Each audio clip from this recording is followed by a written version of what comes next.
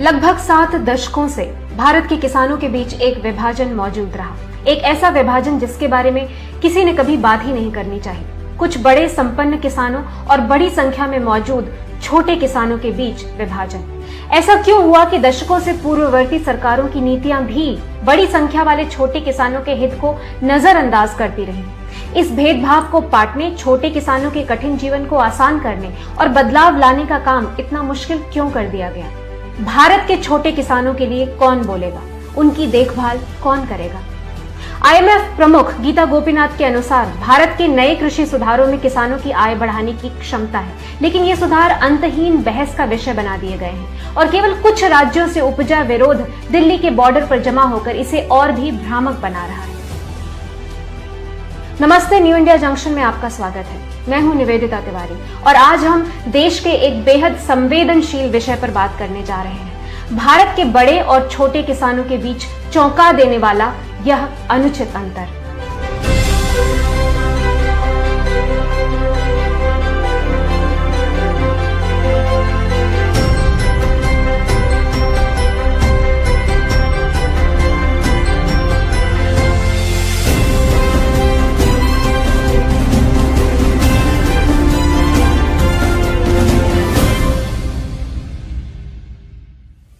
पहले कुछ आंकड़ों पर दृष्टि डालते हैं। हाल के आंकड़ों के मुताबिक अगर हम भारत में 1 हेक्टेयर से कम भूमि वाले सीमांत या मार्जिनल फार्मर्स को देखें तो यह हिस्सेदारी बढ़कर लगभग 68% हो गई है। 1971 की जनगणना के अनुसार तब यह आंकड़ा 51% था।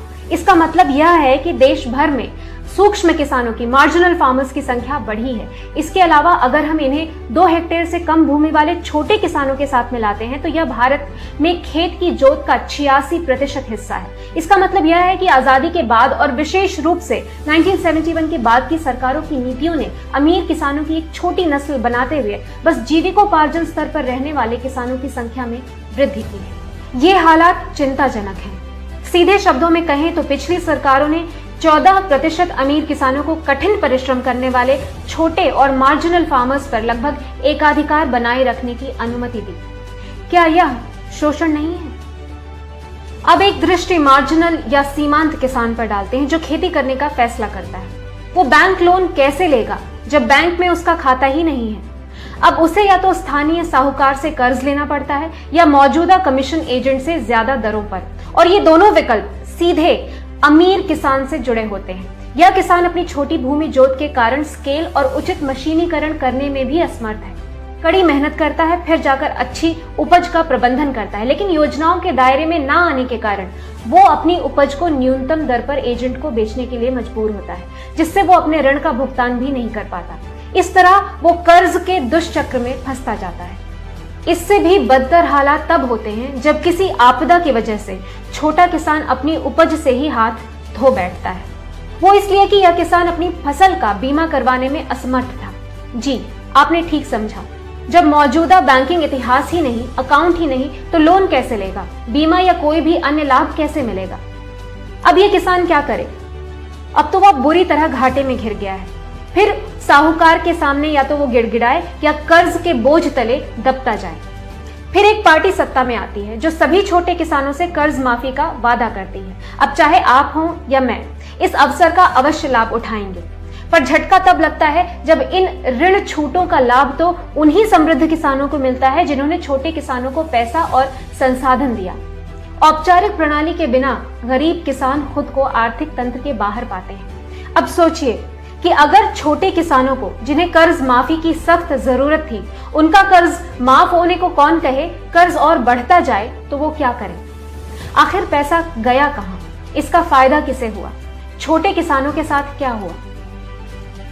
लगभग 70 वर्षों तक छोटे किसानों के साथ यही होता आया है, लेकिन बीते 6 वर्षों से छोटे और सीमांत किसानों पर पूरा ध्यान दिया जाने लगा और उन्हें कर्ज के जाल से मुक्ति दिलाने के युद्ध स्तर पर प्रयास होने लगे। परिवर्तन लाने का पहला कदम 118.8 मिलियन कृषकों के लिए वित्तीय समावेशन के साथ बढ़ा। 2014 में शुरू की गई पीएम जनधन योजना के साथ बैंकिंग सेवाओं की पहुंच रखने वाले भारतीयों की कुल संख्या में 53% वृद्धि हुई। यह आंकड़ा 2018 में 80% को पार कर गया और फिलहाल सभी भारतीयों को बैंकिंग सेवा से जोड़ने का लगातार प्रयास किया जा रहा है। बैंक अकाउंट ने प्रत्यक्ष लाभ स्थानांतरण यानी कि डायरेक्ट बेनिफिट ट्रांसफर को एक नया रूप दे दिया।